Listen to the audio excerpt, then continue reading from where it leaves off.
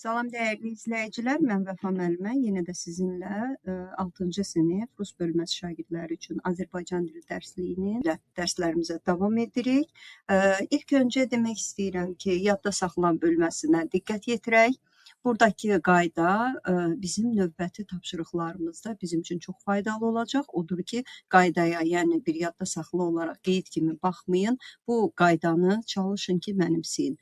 Deməli, arqumentativ mətnlərdə müəllifin məqsədi hər hansı bir məsələyə öz münasibətini bildirməkdir. Müəllif oxucunu öz mövqeyinə inandırmaq üçün fikrini əsaslandırmağa çalışır. Bunun üçün o müxtəlif arqumentlərdən istifadə edir. Bu qaydanı növbəti dərslərdə tətbiq edərkən daha da belə deyək də aydın olacaq sizin üçün, anlayacaqsınız. İndi gəlin də tapşırığına baxaq. Aşağıdakı suallara cavab verməklə Arximed möcüzəsi mif yoxsa reallıq mətninin arqumentativ mətn olduğunu əsaslandırın. Gəlin suallara oxuyaq. Mətndə hansı mübahisəli məsələyə toxunulur? Uşaqlar, mətndə hansı mübahisəli məsələ vardır? Burada bir daha xatırlayaq. Burada mübahisəli məsələ gəminin həqiqətən də, yəni güzgü vasitəsilə gəminin yandırılması mümkündürmü? Bu məsələyə toxunulur və bu da öz sübutunu dəfələrlə real olaraq öz sübutunu tapmışdı. İkinci sualımız müəllif bu məsələ ilə bağlı, müəllifin bu məsələ ilə bağlı mövqeyi necədir? Deməli, müəllifin burada yenə də öz mövqeyini qoyur müəllif ortalığa. Çünki deyir ki, dünyanın bir çox tədqiqatçıları dəfələrlə Arximed möcüzəsinin reallıq olduğunu sübut etmişdi. Burada hansı mövqedə? Onun, məsələn, İtalyanların deməli, güzgü vasitəsilə İtalyanların var idi, yelkəni yandırmaqları, Yunanıstanlı fizik Johann Sakos bu dərsdən öncəki dərsdə biz izahımızda gördük ki, onun da eksperimenti ilə tam gəmini yandırmağa nail olmuşdu. Onların hər ikisindən öncə 18-ci əsrdə Fransız alimi Georges Louis Buffonda 128 güzgü vasitəsilə şam ağacının bir hissəsini yandırmışdı. Demək ki, bu möcüzə deyil, bu reallıqdır. Belə, üçüncü suala baxırıq. O fikrini sübut etmək üçün hansı arqumentlərdən istifadə etmişdir? Bəli, arqument olaraq müəllif güzgülü dəzgahın tədqiqi haqqında faktlardan istifadə edir və bununla da öz, belə deyək də, fikrinə, öz mövqeyinə arqument gətirərək öz fikrini əsaslandırır. Növbəti tapşırığımız A tapşırığıdır. Diqqətli olun. Burada bir qurğu verilmişdi. Bu da Arximedin daha bir ixtirasıdır. Hansı ki biz bu qurğuya bəzən məişətdə də rast gəlirik. Gəlin görək bu qurğunu Arximed nə üçün, nə zaman, niyə yaratmışdı? Deməli, təsəvvür edin ki, yoldaşınıza şəkildə gördüyünüz qurğunu təsvir edirsiniz. Suallara cavab verərək şəkildəki qurğu haqqında danışın. Gəlin ilk öncə qurğunun forması haqqında. Forması. Qurğu hansı həndəsi fiquru xatırladır? Baxırıq ki, qurğu, yəni bu kəsik hissəni nəzərə almasaq, düşünün ki, bu bir silindr formasında olan qurğudur. Deməli, silindri xatırladır. Məişətdə bu formada hansı əşyalar var? Təbii ki, məişətdə əgər görmüsünüzsə, nəzər yetirmisinizsə, bir çox qurğulu bu cür alətlər vardır. Məsələn, ət çəkən maşınlardır, direldir, divarın və ya müəyyən əşyaları deşmək üçün istifadə olunan əmək alətidir. Funksiyası nədir? Qurğu hansı məqsədlə istifadə edilir? Baxırıq ki, bu qurğu, əgər izah eləyirsə, konkret bu şəkildəki qurğudan gedirsə, görürük ki, aşağıdakı suyun, baxın, qurğunun vintin arasına dolaraq yuxarıya doğru süzülməsi görünür və burada bir fırlanan bir ox işarəsini görürük. Deməli, qurğu fırladılaraq hərəkətə gətirilir və su aşağıdan yuxarıya doğru daşınır. İşlənmə prinsipi sizcə bu qurğu necə işləyir və dediyimiz kimi də gördüyümüz kimi şəkildən bu qənaətə gəlirik ki, qurğuda su yuxarıdan axır. Yəni ki, aşağıdan yuxarıya doğru axır. İndi gəlin görək, Arximed vinti mətni nə haqdadır və bizə bu mətni verməkdə müəllif hansı məqsəd güdür? Arximed vinti. Arximed həm də istedadlı mexanik idi.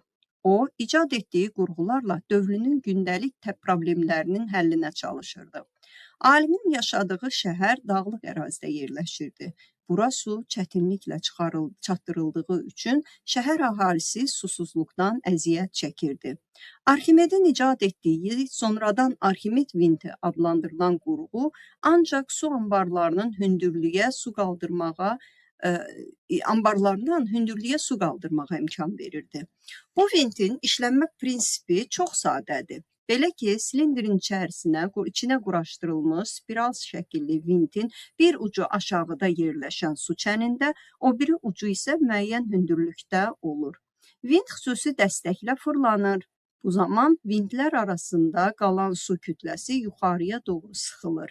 Yeni götürülən su aşağıdakı suyu aşağı axmağa qoymur. Arximed vinti bugün də suvarma sistemində və sənayenin digər sahələrində tətbiq olunmaqdadır. Məsələn, bəzi ölkələrdə tarlalar Arximed vinti ilə suvarılır. Bəzilərində isə əksinə ərazilərdən su çəkilərək bataqlıqlar qurudulur. Bugün də məişətdə və istehsalatda istifadə olunan bir çox qurğuların yaradılmasında Arximed vintindən istifadə olunmuşdur. Belə mətnimiz haqqında və Arximed vintinin işlənmə mexanizması haqqında məlumatla tanış olduq. Növbəti 63-cü səhifədəki tapşırıqların indi icra edirik. Belə, B tapşırığına baxırıq. Mətnə əsasən suallara cavab verin. Arximed vinti dövrünün hansı məişət problemini həll edirdi? Deməli, Arximed vinti dövrünün susuzluq problemini, dağlıq əraziyə su qaldırmaq üçün və oradakı susuzluq problemini həll etmək üçün istifadə olunmuşdu. Arximed vintinin funksiyası nədir? Bu vint fırladılaraq aşağıdakı suyu yuxarı qaldırır və bu cürdə insanlar ondan faydalanmış olurlar.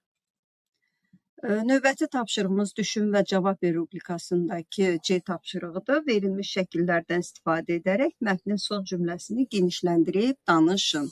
Gəlin mətnin son cümləsinə baxaq. Burada bugün də məişətdə və istehsalatda istifadə olunan bir çox qurğuların yaradılmasında da Arximed vintindən istifadə olunmuşdur.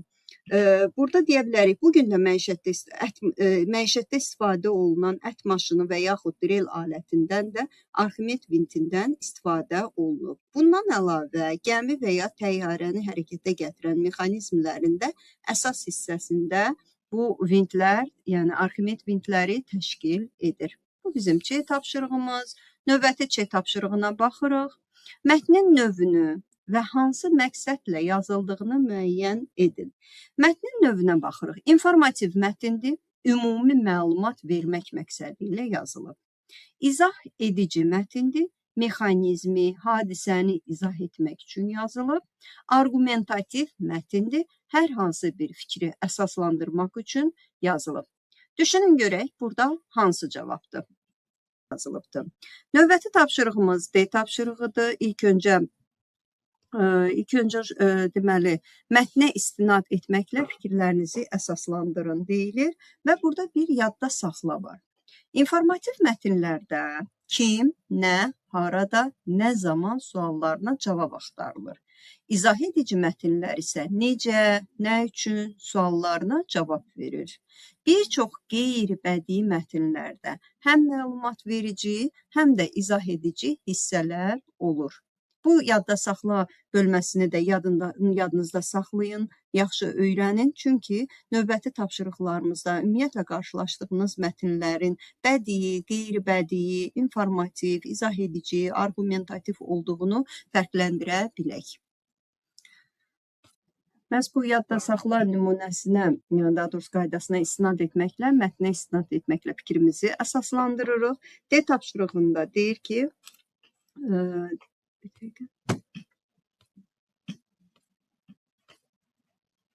D tapşırığında biz mətnə istinad edərək necə və nə üçün suallarına cavab axtarırıq və cavabını tapmış oluruq. O yüzden mətnimizə də deyirik ki, izah edici mətindir. Növbəti də izahımız, dərs izahımız deməli tarixi şəxsiyyətlər haqqında A tapşırığına diqqət edin. Tarixi şəxsiyyətlər haqqında oxuduğunuz rəvayətləri xatırladın. Bu mətnlər informativ mətnlərdən nə ilə fərqlənir? İlk öncə biz rəvayətlər haqqında yadınızdadsa, bundan əvvəlki dərslərimizdə izah etmişdik. Rəvayətlər adətən rəvayətə görə, deyilənə görə sözləri ilə başlayır. Real tarixi şəxsiyyətlərdən danışılır, onların başına gələn hadisələr haqqında müəllif yanaşması, müəllif belə deyək də fikirlərinə istinad edərək yazılmış mətnlərdir. 63-cü səhifənin B tapşırığına diqqət yetirin. Arximed mətninə, yəni səhifə 58-59-a bir daha nəzər salın. Sizcə sağda verilmiş şəkil Arximedin hansı kəşfi ilə bağlıdır? İndi biz həmin dərsə bir nəzər yetirək. Bəli, burada baxırıq Arximed elmi fəaliyyət və kəşflər yarımbaşlığı, Arximed qanunu, piyadədir, döyüş maşınları kimi və növbəti səhifədə isə növbəti səhifədə isə ömrünün son günləri yox. Buna davamı olaraq biz baxacağıq əsas 58-ci səhifədəki tapşırıqlara. Burada biz gördüyümüz şəkil, növbəti 63-cü səhifədəki şəkil, burada Arximed qanununa istinad edir. Çünki Arximed sübut etmişdi ki, cisimlərin kütlə ilə yanaşı həcmi də var. Mayeyə batırılmış cisim öz həcmi qədər mayeni sıxışdırıb çıxarır. Həqiqətən də orada gördüyümüz su vanna deyək də, vannasında insan içinə girərək vannanın içindəki dolu suyu kənara daşdırmışdı. Yəni öz çəkisi qədər suyu sıxışdırıb vannanın içindən çıxartmışdı. Və buna görə istinad edirik, Arximed qanunu öz əksini həmin şəkildə tapmışdı. Bugünlük dərsimiz də bu qədər. Sizə faydalı oldusa bildirə bilərsiniz və ya istədiyiniz fikirlərinizi yaza bilərsiniz. Sizi maraqlandıran, bəlkə izahlarda nəsə anlaşılmazlıq qalırsa, ola bilər mən tez-tez izah eləyirəm, nəsə çatmırsa, çatdıra bilmirsinizsə, buyurun, şərhlər bölməsində qeyd edin. Mən sizin suallarınıza məmnuniyyətlə cavab verəcəyəm. Sağ olun, uğurlar hər kəsə. Gələn dərs izahlarımızda görüşənə qədər.